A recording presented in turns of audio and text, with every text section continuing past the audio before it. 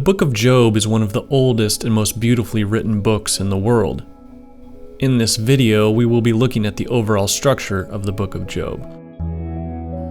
The first thing to notice is how the book is structured in groups of threes. The first major group of three we see is the prologue, the speeches, and the epilogue. The prologue and epilogue are written in prose, and the speeches, which make up most of the book, are poetic. The prologue, chapters 1 and 2, introduces us to Job, his family, and his spiritual and material wealth. Then God brings Job to Satan's attention, and Job loses everything in a series of disasters.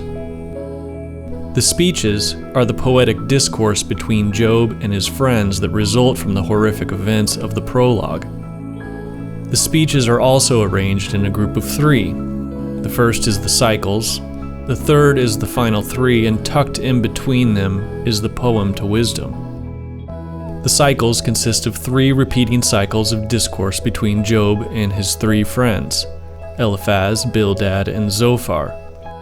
Job's friends come to comfort him, but after Job cries out in his suffering in chapter 3, they turn on him and condemn him.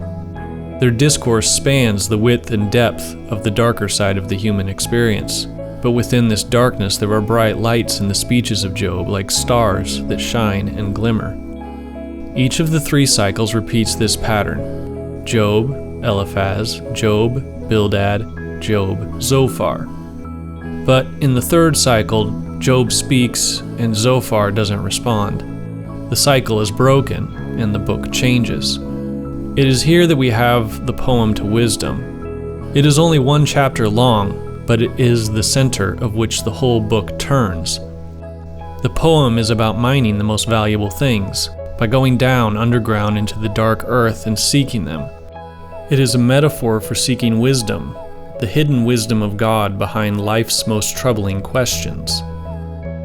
The third section is the final three, which consists of three long speeches. The first by Job, the second by a new character named Elihu, and the third by God himself.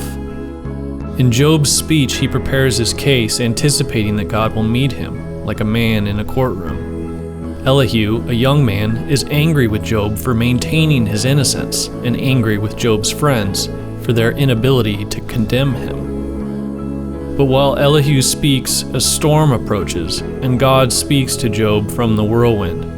God's speech is characterized by powerful images of creation. Job is stunned and overwhelmed. The epilogue, chapter 42, concludes the book. God rebukes Job's friends, and Job forgives them. Then Job is restored, becoming even greater than he was before.